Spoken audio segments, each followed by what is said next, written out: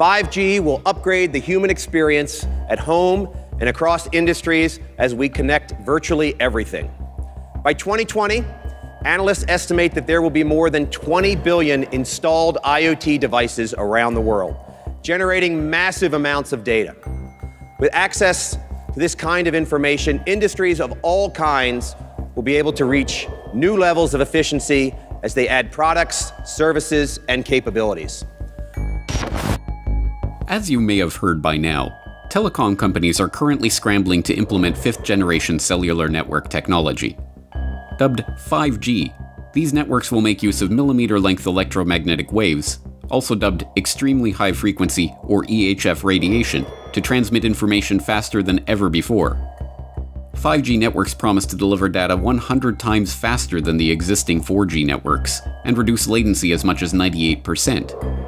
The promise of 5G was promoted by Tom Wheeler, then chair of the Federal Communications Commission, when he made a presentation on the US government's vision for the rollout of 5G in America in 2017. Yes, 5G will connect the Internet of everything. If something can be connected, it will be connected in a 5G world. But with the predictions of hundreds of billions of microchips connected in products from pill bottles to plant waterers, you can be sure of only one thing. The biggest Internet of Things application has yet to be imagined. Here's the key. The interconnected world that we live in today is the result of decisions made a decade ago. The interconnected world of the future will be the result of decisions we must make today.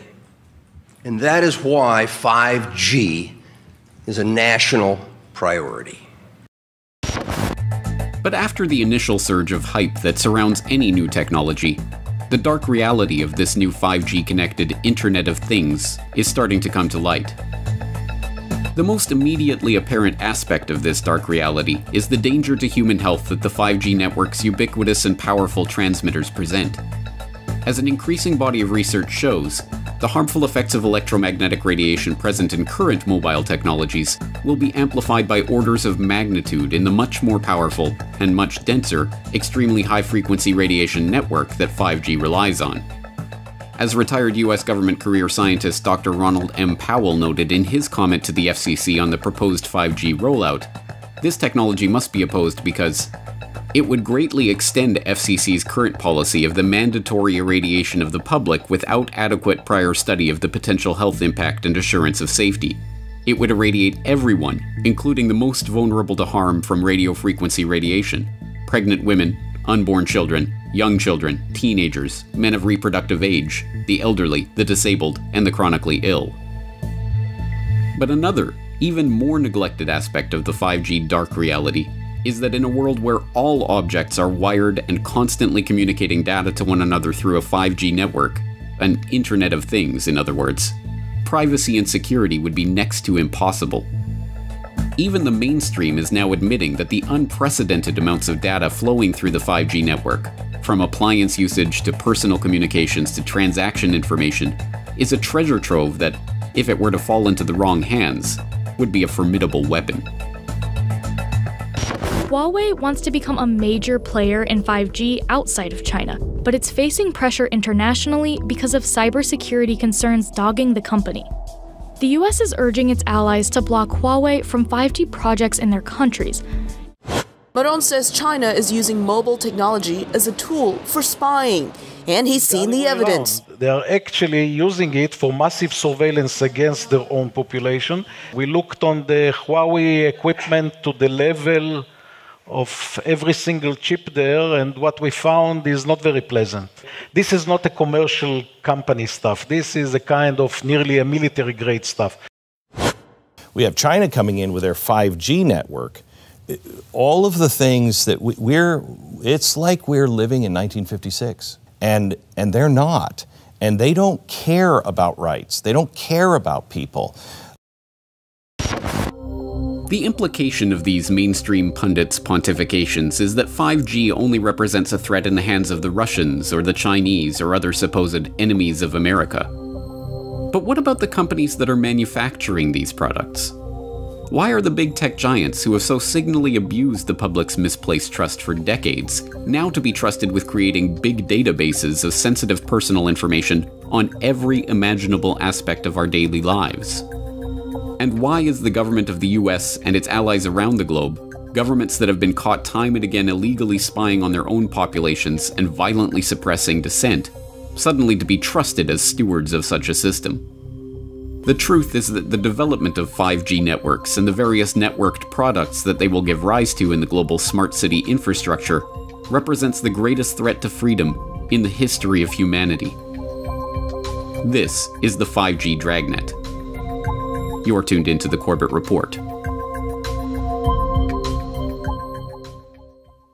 The vision of the future offered by the proponents of this next-generation cellular technology is one in which every object that you own will be a smart object, communicating data about you, your movements, and your activities in real time via the ultra-fast 5G network.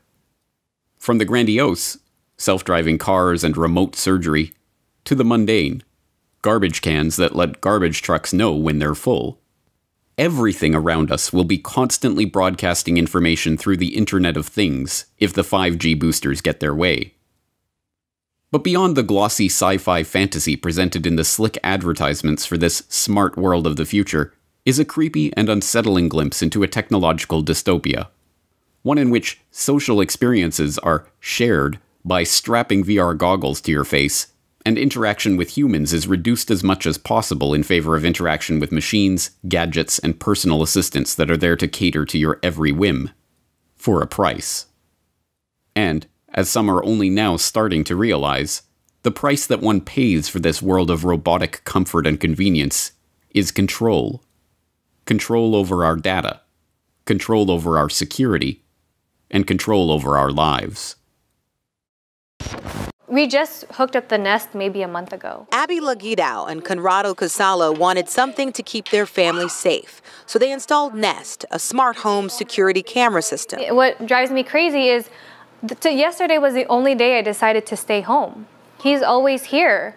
They never said anything, ever. Yesterday, Abby was alone with her 2 kids when she started hearing voices coming from their Nest. Then they started cussing and saying, "Shut the F up, you N-word." At that point, Abby had figured out that someone had hacked into their security system. Shut the f*** up. She called her partner, Conrado. Somebody is in the Nest and is watching us and is talking to us right now.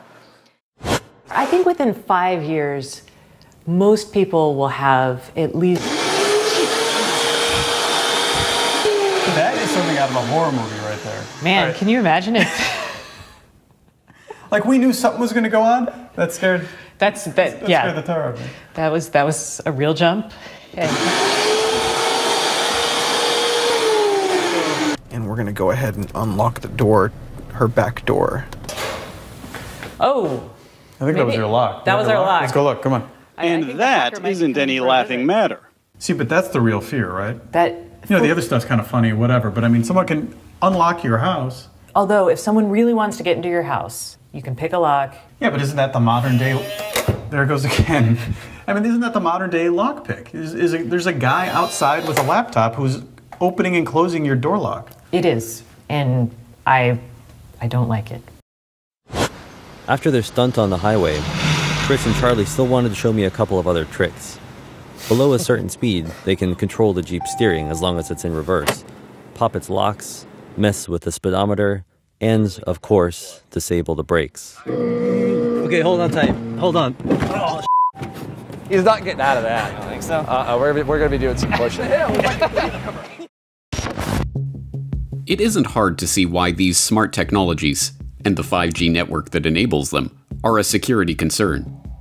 And, in that context, it isn't hard to see why Chinese companies like Huawei and ZTE are now being targeted as potential national security threats and barred from developing 5G network infrastructure in country after country. After all, with access to that much data and information, let alone the ability to communicate with, hack into, or disable everything from our smart TV to our smart door locks to our smart car, a potential adversary with control of the 5G network would have nearly limitless power to surveil and control a target population. But given that these powers, the ability to access our most intimate data and to take control of our homes and personal appliances, are not bugs, but features of the 5G connected Internet of Things, the question is, why is there such a headlong rush to connect this network?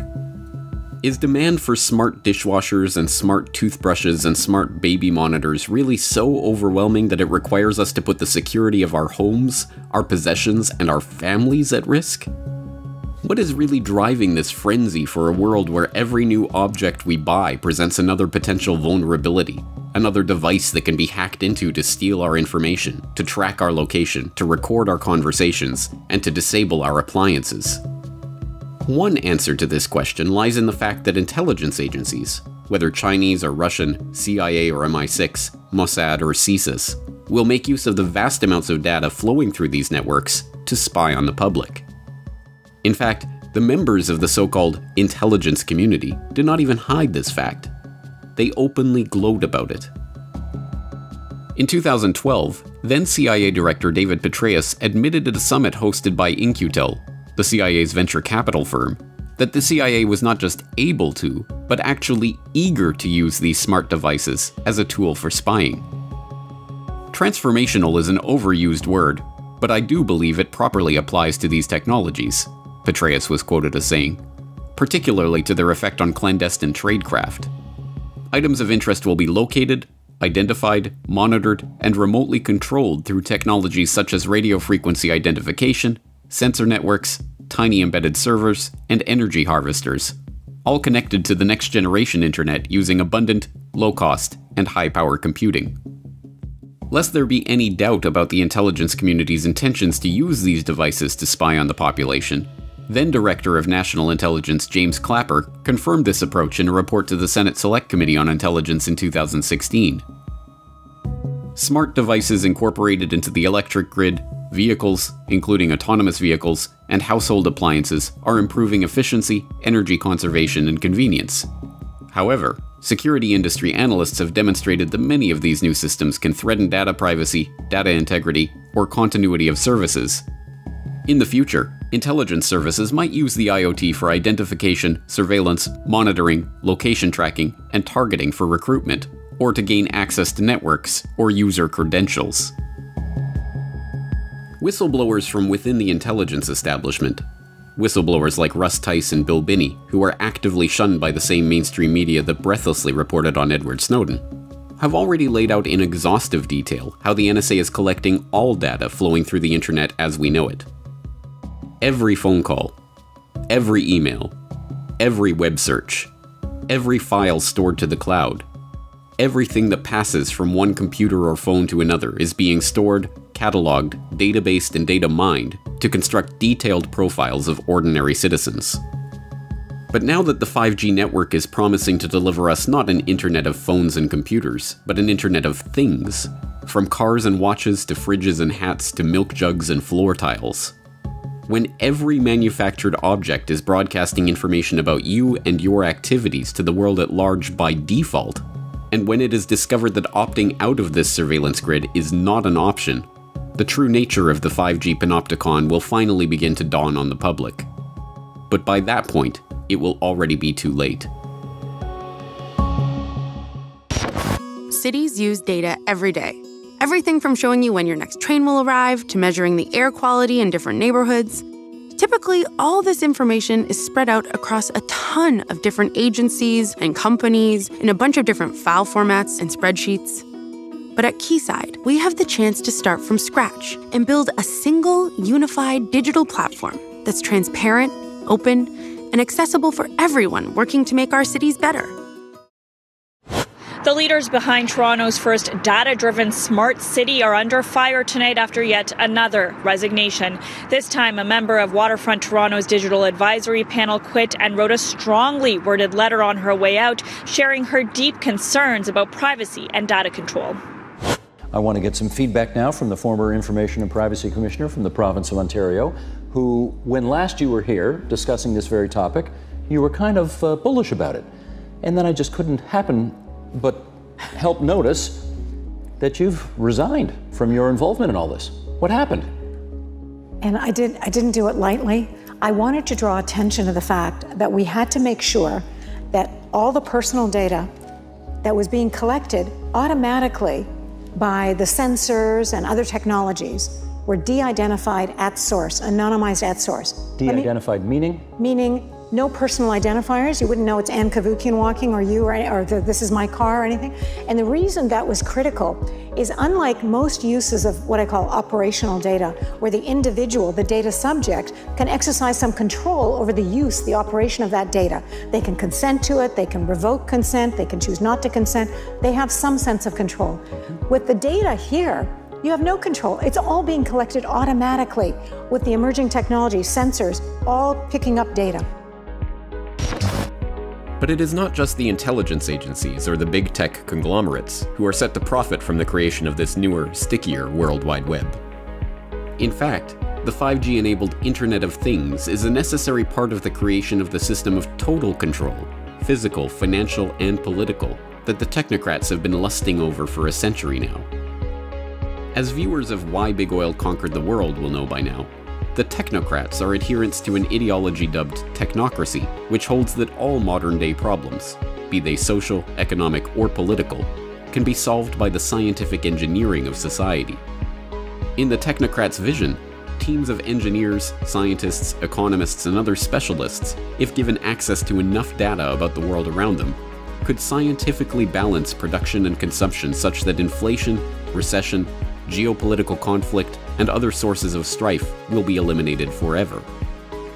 As the co-founder of Technocracy Inc., M. King Hubbert laid out in the group's founding document, the Technocracy Study Course, the amount of data needed to bring this techno-utopian vision to reality is truly mind-boggling. In the Technocracy Study Course, Hubbert, like a good technocrat, laid out the exact conditions that would need to be met for this vision to come to pass. According to him, technocracy would require all energy usage and all consumer spending throughout the nation to be calculated and registered on a continuous and instantaneous basis, a 24/7 inventory of all production and consumption, a complete registry of all products available for sale, where they were produced, how much energy was expended in their production, and where and when they were sold, and finally, a specific registration of the consumption of each individual, plus a record and description of the individual.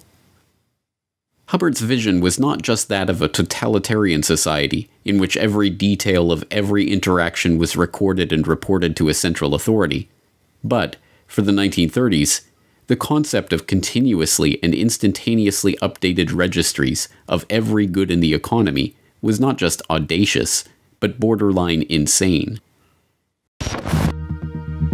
As unimaginable as a real-time database keeping track of every transaction and every manufactured product in the economy was in the 1930s, that is exactly the world we are looking at as smart meters collect information on smart appliances connected to other smart objects through the Internet of Things. And, crucially, the sheer amount of data being generated in this smart grid and the constant real-time communication required to keep the system functioning would be impossible without the 5G network. 5G is not just a neutral mobile network. It is the backbone for a system of total surveillance which has been written about and worked toward for the better part of a century.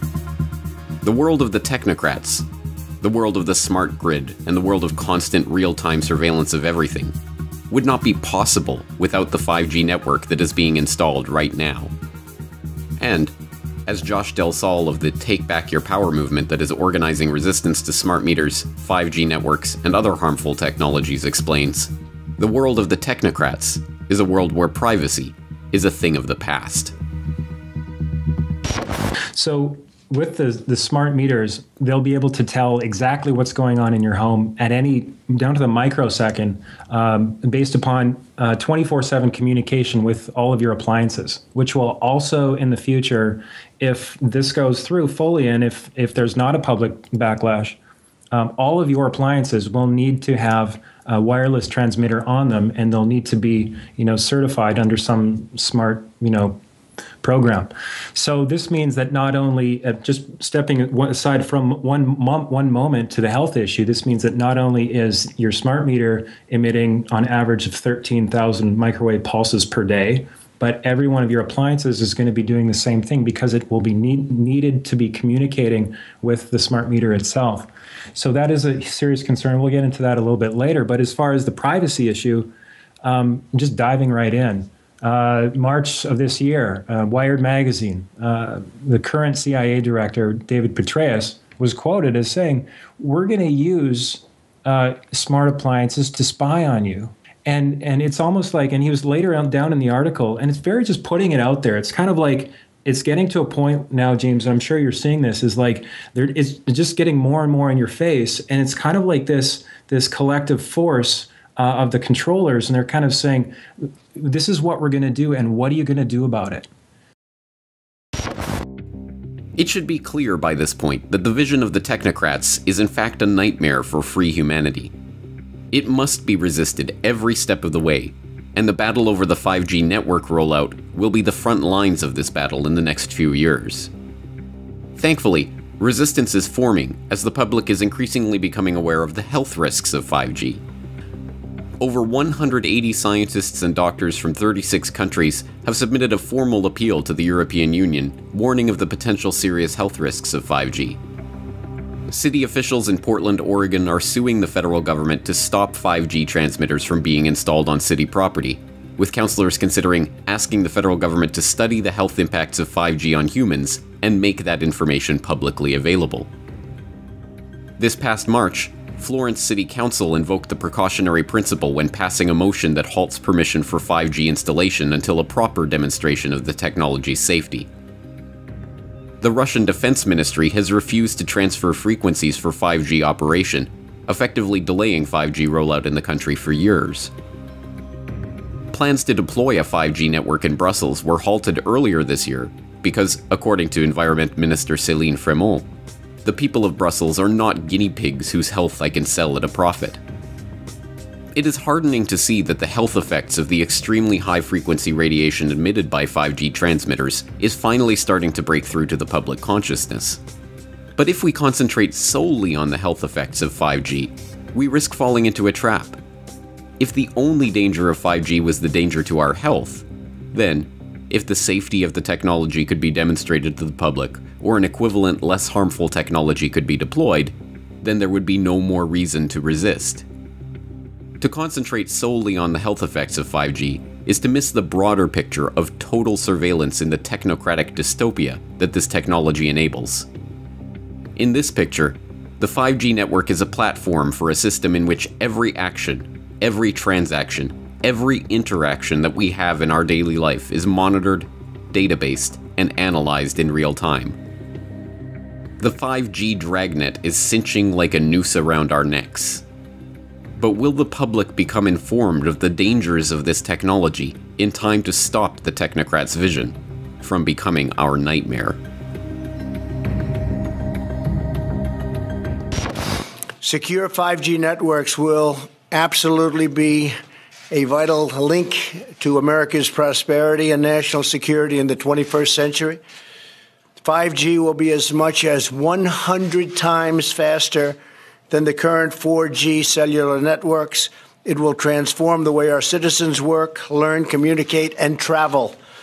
It will make American farms more productive, American manufacturing more competitive, and American healthcare better and more accessible. Basically, it covers almost everything when you get right down to it. Pretty amazing.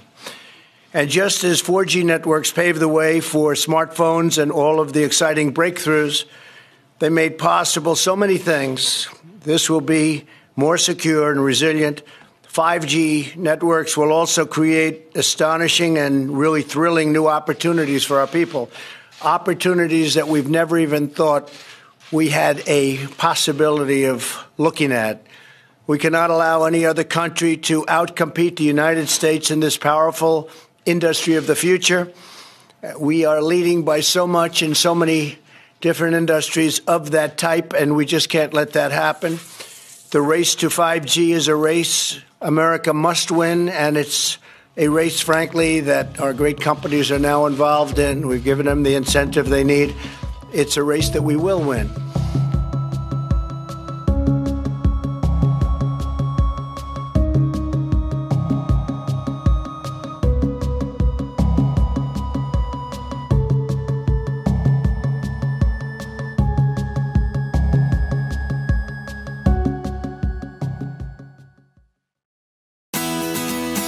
The Corbett Report is brought to you by the Corbett Report subscriber, a weekly newsletter featuring James Corbett's International Forecaster editorial, recommended reading and viewing, discounts on Corbett Report DVDs, and once a month, a subscriber-only video.